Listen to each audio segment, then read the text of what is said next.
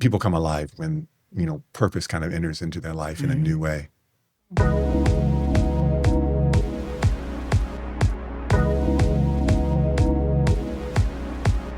Hey y'all, welcome to Sweet Taboos. This is your host, Ayan Watson. Hey y'all, this is Tiffany Leo, your co-host. Aloha. Aloha. Howdy. Oh my gosh. Every time you do that, I miss Hawaii so much. Yes, Hawaii. How are you today? I am well. How are you? I'm trying to stay dry. I'm good. It's nice to have some rain, the cool down. We very, very much needed it. Yeah, very much so. It's been a scorching summer. Yeah, this is all we've been talking about on the radio show. But now we're back in the studio with a very spectacular guest. Thank you. Tim Way. Hi, Tim. Hi. Great to be here. Thanks for having me. Thank you for coming on. So first and foremost, thank you for making time in your schedule. We know you're coming in from out of town. My pleasure. Yes. To be here.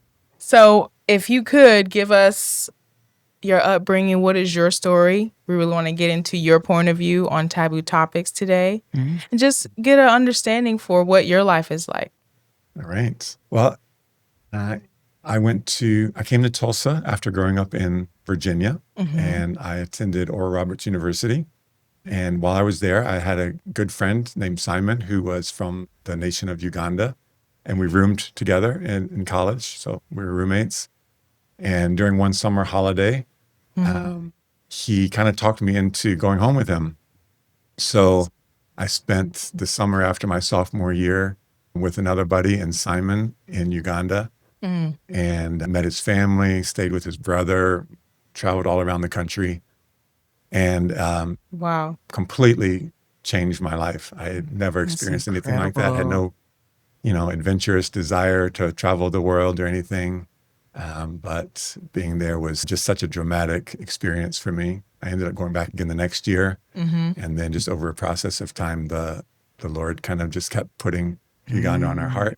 And I spent a good part of our life since then in Uganda. Yeah. It's incredible. So how old were you when you started school? What were you studying? How did you even decide to go to Oral Roberts from a whole different state? Yeah. So I never heard of ORU when I was in school up until like maybe halfway through my senior year. Then I still trying to figure out what to do. I was looking at different colleges, mostly on the East Coast, and applying. But I had in my heart, I wanted to follow God. Yeah. But I really didn't know people my age who were following Jesus, and people I knew that went to university. It was mostly for the party scene. And I was like, if I go to one of these colleges that I'm applying to, I think that's what I'm going to end up doing.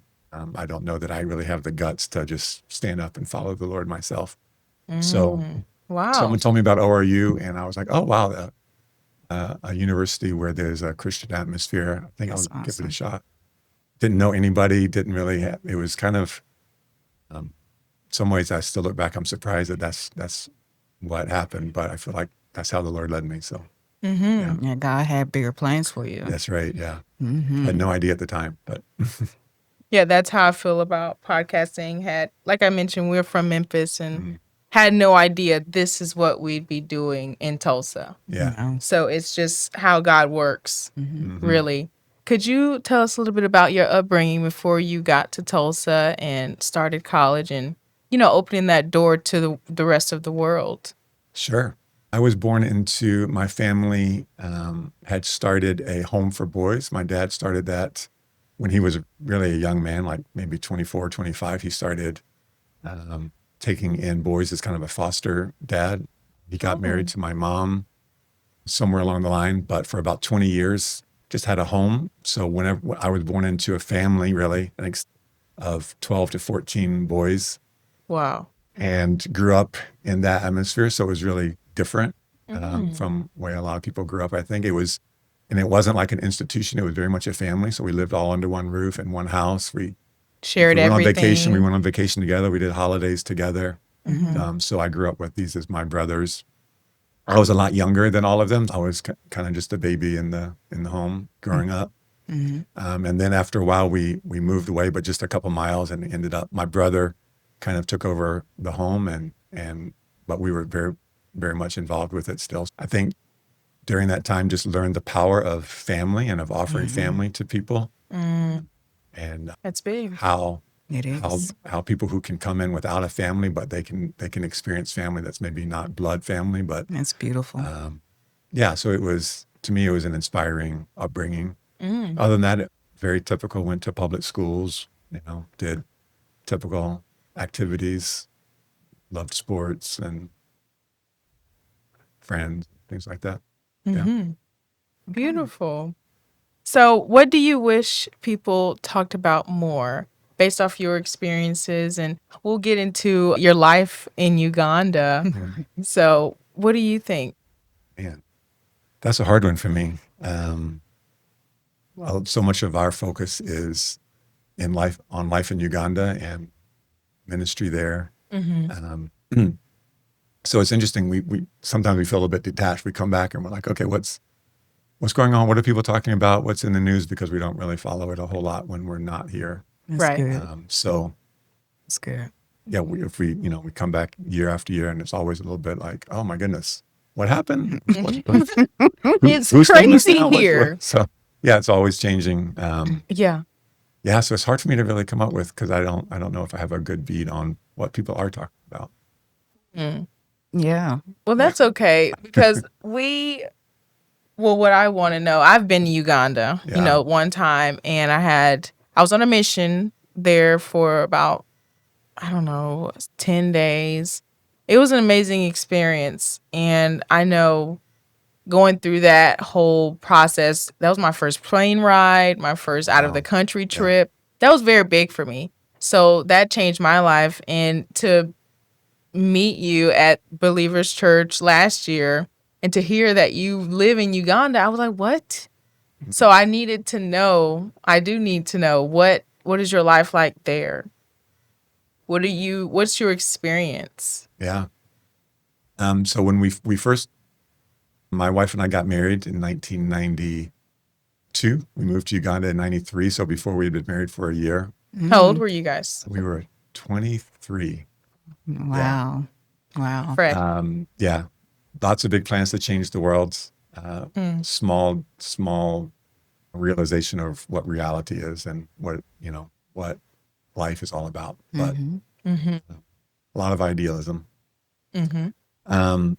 During those first couple of years, life was really hard for me because I think I did go in with an idealism that this is just going to be amazing in every way. I'd had the trips that I had taken there, and I felt like I had just fallen in love with the culture and with the nation. It's such a beautiful place, as you know, and Yes. people are amazing, wonderful. The food is great. On those trips, I just really came to love it. But then when we were living there, I was like, wow, this is different. It's different. Staying with people, then going into having to find out how to get your own home and how do you go to the market and get food, and what happens when you need to get somewhere, and public transportation, all those things, and then just combine that with missing family, and Yeah. not really knowing what we're doing so much. We didn't have a team. We were part of an organization, but we were the only ones in Uganda. So Just you and your wife. just me and my wife. Yeah. So by the end of those 2 years, I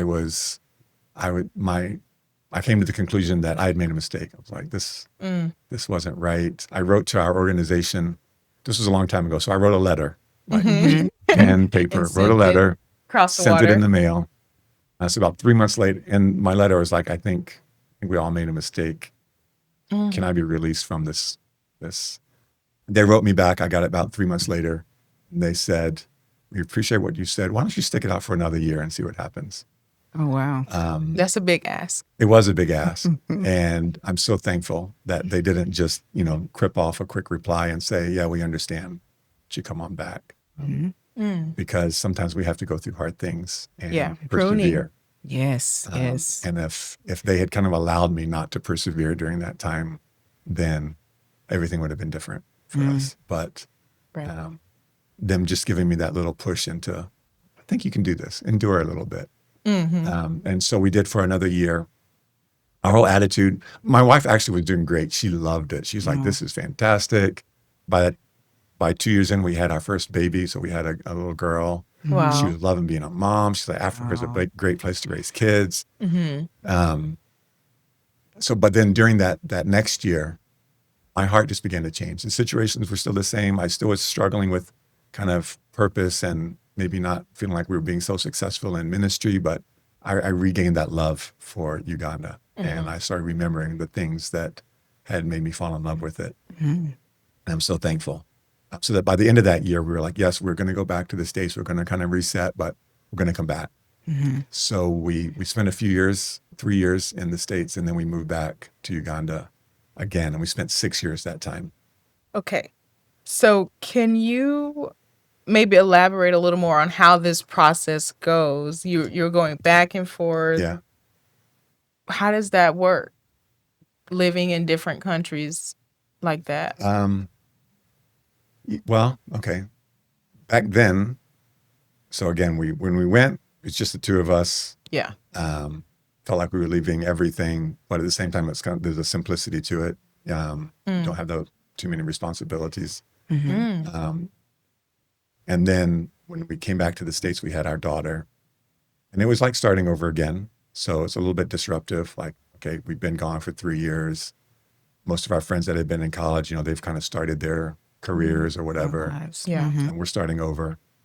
But we knew that we were planning to go back to Uganda, so we weren't really trying to get deeply settled Right. while we were here during that time. And so when we moved again after that short period, it was really with the intent that this is open-ended. We may be here for 3 or 4 years. We may be here for the rest of our life. We don't really know.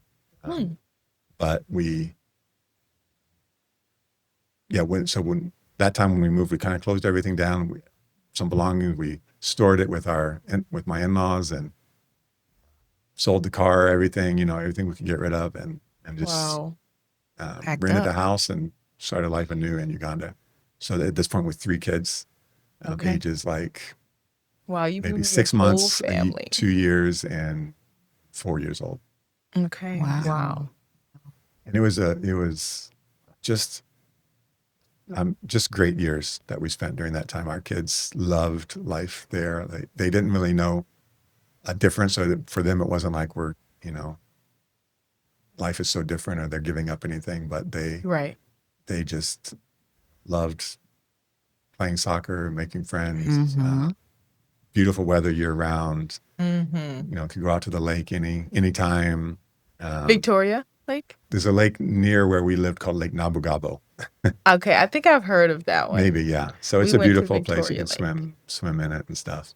Yeah. Yeah, and then the ministry work that we were doing was a lot of trying to help strengthen churches, work with pastors, do teaching and training, and it was very fulfilling.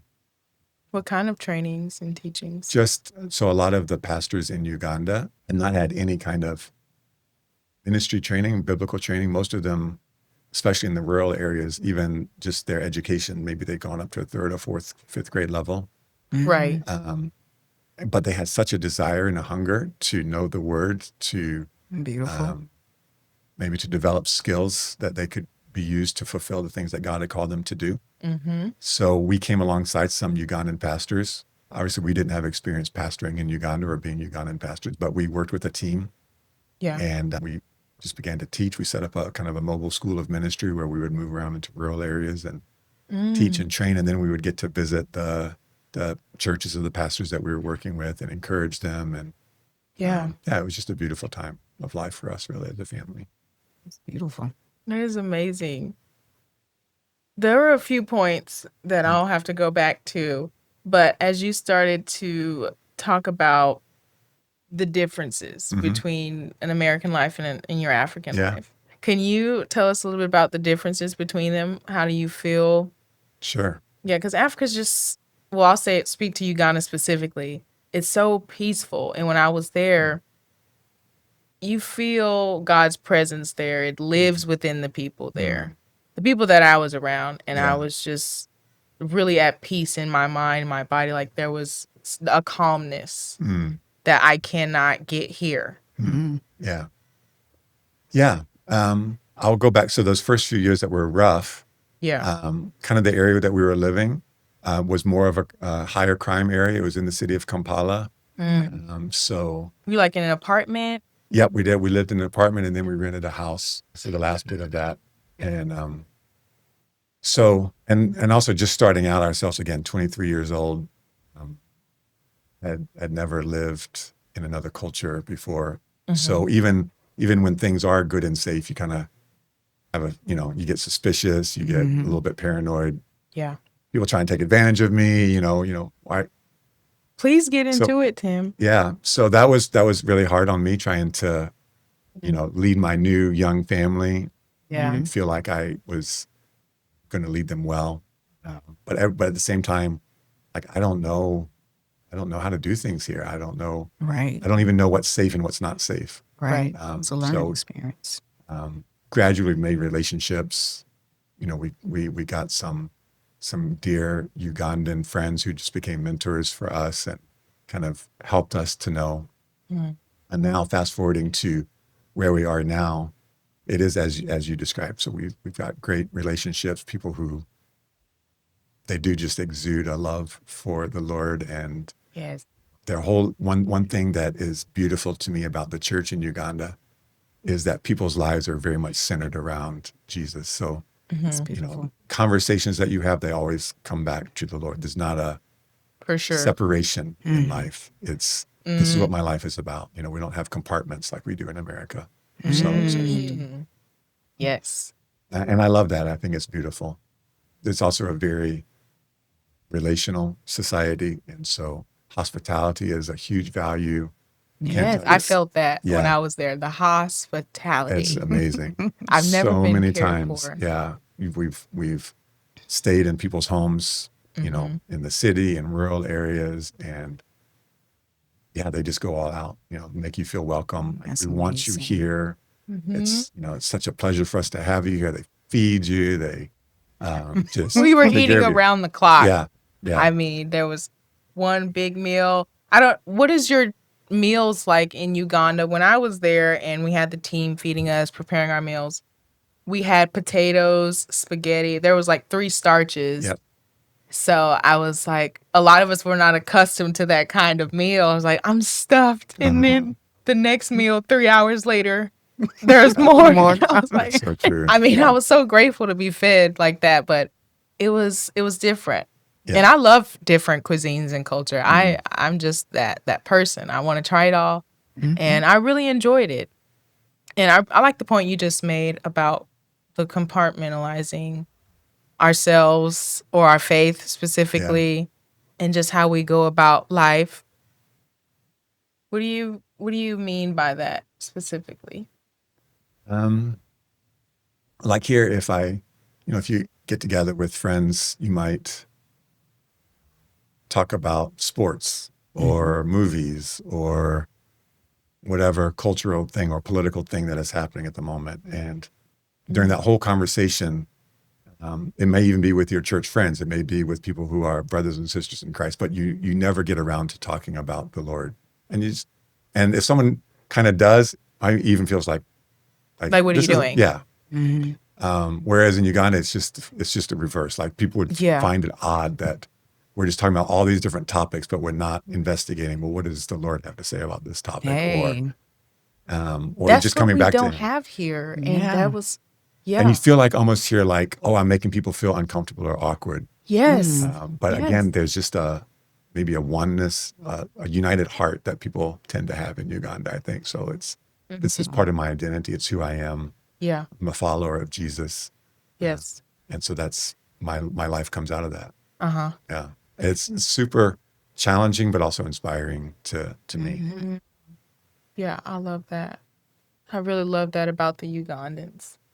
They Yeah. were centered in the way they praised with their whole body. It's kind of different from what they do in the churches here. Yes. Like just the way of praise or just the connection. Just trying to recall this is like a dream, but we were just in the field dancing and it was free. It was free just to be on the ground. Cause we're always in places now. There's always the 4 walls. And I feel like there's just a lot of disconnection from States. the authentic parts of a human life. Mm-hmm. If you get what I'm saying. So now that we've touched on the Ugandan life a little bit, you are a missionary, correct? Yes. Where have you done missions, and what have those experiences been like compared to Uganda? Okay. Yeah, the big majority of my time has been in Uganda.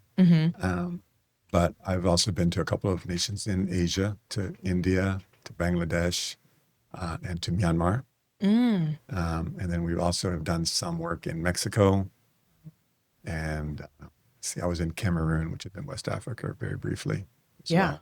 And most of that, it was just be working with another organization and doing like leadership training or some sort of biblical training. And I would come in kind of like you did for maybe 10 days, maybe a week or 2 weeks or something like that. Yeah. Yeah.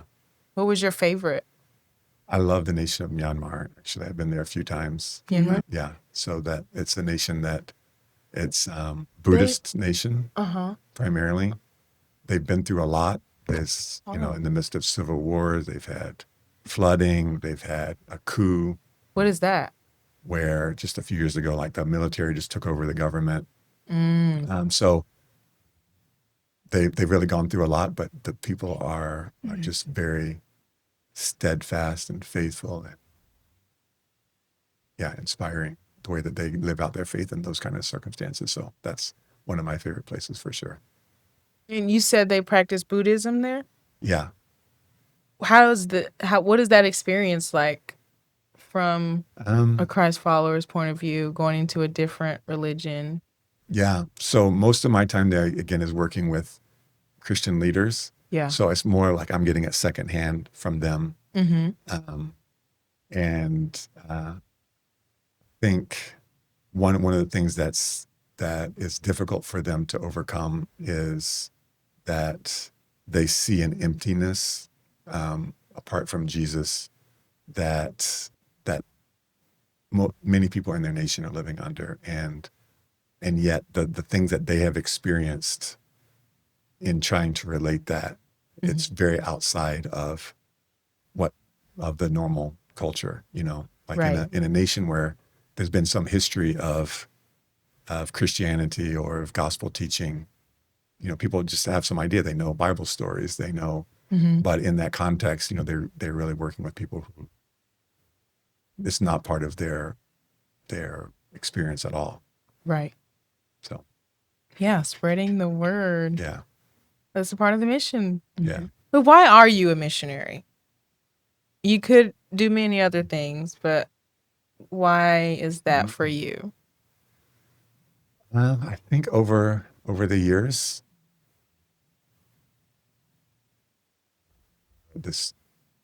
I just feel very compelled whenever I read like the Great Commission. Jesus said, all authority has been given to me in heaven and on earth. Therefore, go and make disciples of all the nations, baptizing them in the name of the Father, Son, and Holy Spirit. And I'm always with you to the very end of the age. And as I read through the Gospels, I just see Jesus. He says, the Son of Man came to seek and to save the lost. Right. And he's just going for people who are far from God, but people who have a hunger, people who desire him. And it's the longing of his heart is to see people who are far from him come close to him. And to get to be a part of that. I mean, obviously, you don't have to be a missionary in another country. Everywhere we go, we get to be a part of that. Right. But it's just a joy for us to be able to do that in a place that we've come to love so much, with people that we really love and respect. And so we feel like it's just a huge privilege to be able to live that way. It's beautiful. For sure. Yeah. So your family do you have any family that lives in Uganda besides you and your wife now? No. So just about a year and a half ago, we officially became empty nesters. Our youngest daughter moved back to the States to do her senior year of high school. Okay. Wow. And so, that's been a big adjustment for sure. But the Lord's been gracious for us. We live in God has provided a team and training center for us. So it's a place where we do trainings, where we have retreats, where people come in for different trainings, and we have teams that come from the States and stay there. So there's always people coming in and out. We have a group of young people that stay in the house with us that are Wow. involved in ministry also. So we don't, it's not quite an empty nest, but it's, our kids aren't there. So it's a big difference. Yeah. I can believe that. Yeah. How does that feel though? The emptiness. I mean, I've been struggling with that myself, Yeah. and it hasn't been that easy. It's not easy. I mean, you just love those kids. And we have 5 kids ranging from 18 to 30. Okay. And it's hard being away from 2 grandkids now, Oh, 2 little congrats. babies. And so it does make the pull to Tulsa feel very strong at times. And, if there's anything about living in Uganda that we feel like is a challenge or something that is really a bit of a sacrifice, it's being away from our kids. Yeah. It's tough. Yeah, they're your whole life. Mm-hmm. But I think you have a beautiful, beautiful story. You went to the other side of the world and you've been changing lives. And so have you originally started with an organization. So have you moved forward with your own, or are you still a part of that organization? Yeah. So we started with that organization. Then the next time we went back, we went under Believers Church. You traveled with them. Yeah. So they were kind of like our sending organization. And they've been connected with us and sending us ever since, which has been really fantastic. We started a missions organization called Sent Network as well. That kind of is it comes called? in. Sent Network. Ooh, and that's yours? Mm-hmm. Wow. Yeah. Scent Network. Yeah, but we're still connected to Believers Church. And then there's an organization called the Tulsa Boiler Room. It's a church in Tulsa also that we helped to start that came out of Believers Church. And so they are also involved with helping to send us. Okay. It's beautiful. Beautiful. And how do you afford to live there? The dollar exchange is different. What are you doing on a daily basis? Or I guess, how do you live your life there compared to here? Do you feel like you spend more money here than back home? How do you Yeah. afford to live there? What is So the visa our- process like? Churches and individuals sponsor us to live in Uganda. So we're so grateful. That's how the Lord provides for us. That's Wow, awesome. amazing. It is definitely much cheaper to live there. Food is inexpensive. It's Housing fresh. now that the building has been built, so the housing is a lot cheaper. So a lot of our income is, in addition to just life there, we get to, again, at least once a year, travel back to the States and spend time here, our family and other ministries.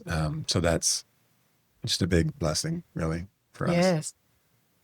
Visa is always a struggle, honestly. It's in Uganda, it's not like you going to a nation where they really don't want you there, and so they're going to make it Hard to get in. impossible. But Yeah. they can make it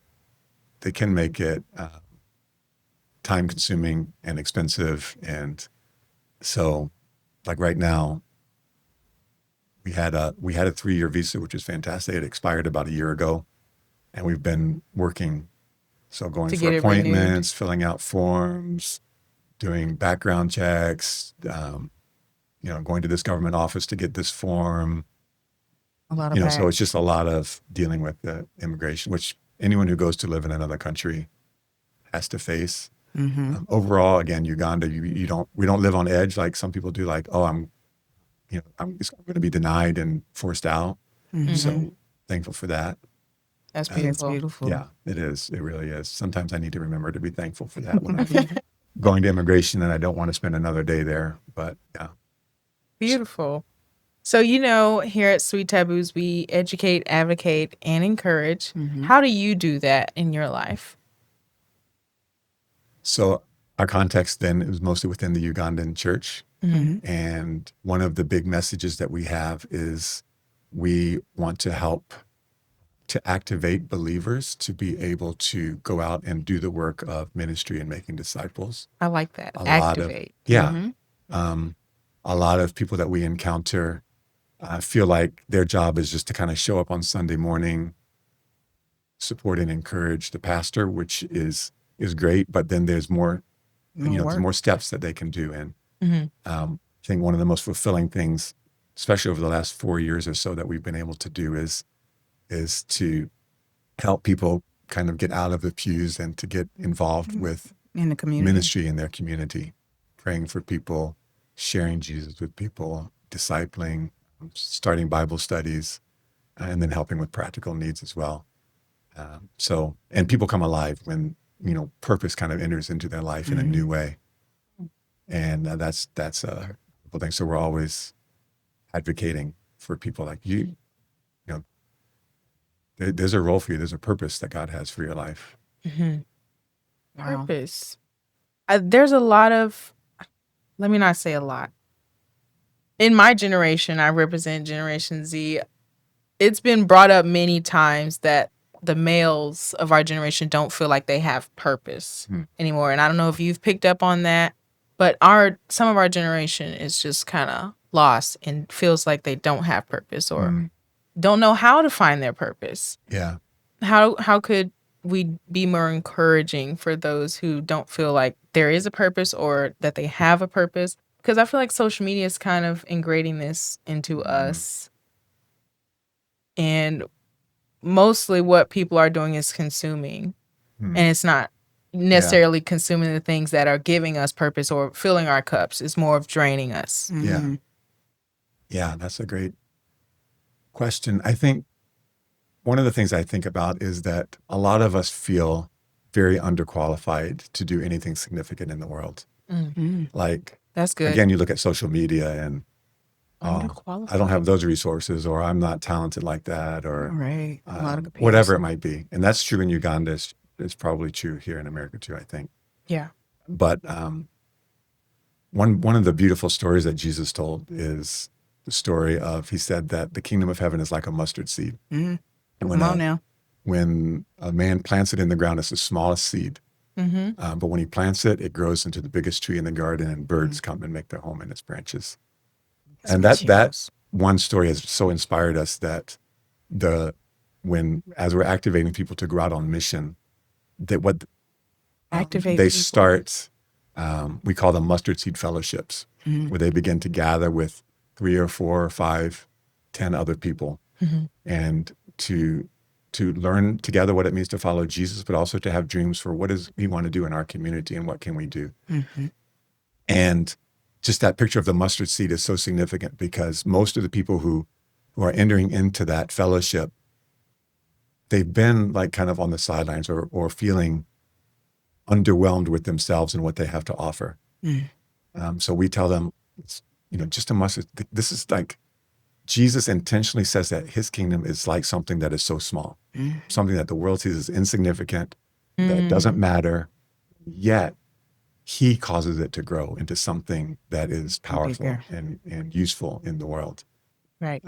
And so I think that's a big thing for all of us, that it's really whatever little mustard seed that we have, if we offer it up to Jesus and let him do his kingdom work out of it.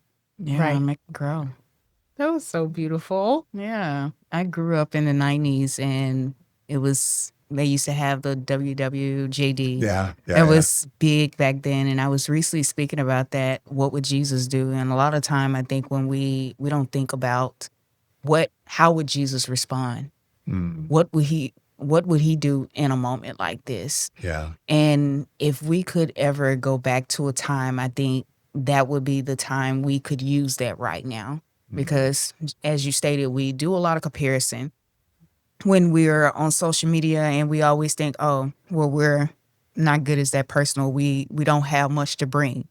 But I love the point you made. Just have that small mustard seed of faith and bring it to him and allow him to grow it. Yeah. Because he's like the fertilizer. He makes it bigger and he makes it better. Yeah. I truly love that. Yeah. Well, as we come to an end, Tim, we've really had a ball with you today and appreciate you coming on to share your experience and your story with us. Yeah, it's been beautiful. What is your takeaway for the listeners and viewers? What is something you want them to take away? God sees you, and he has a purpose for your life. And he will qualify you for whatever it is that he's called you to do. Hey. And he just needs you to give him everything and to follow him with all of your heart. He'll take you where maybe you've never imagined. Yeah. That is so beautiful. Most of the time. All the time. Yes, yes, yes. Thank you so Thank much, you so much, Tim, too. It's for really coming good. on. Yeah, God bless you. Where can we find you? Where can people connect with you? We have a website. It's called iamsent.net. On Instagram Okay. also. Just Tim Way. You can find me there. Okay. Perfect. Thank you all for tuning in today. Yes, we Do you have appreciate it. anything else for us, Miss Tiffany? No, I do not. We appreciate you coming to Sweet Tabooz to share your story. I mean, it has been truly inspirational to me and has truly softened my heart today. Thank you. And so I appreciate the work that you're doing, and hopefully we can pair up and help change lives on this side as well.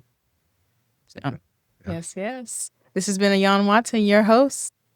and Tiffany Leo, your co-host. Y'all stay tuned, and we wish you nothing but blessings. Yes. Until next time, Stay sweet.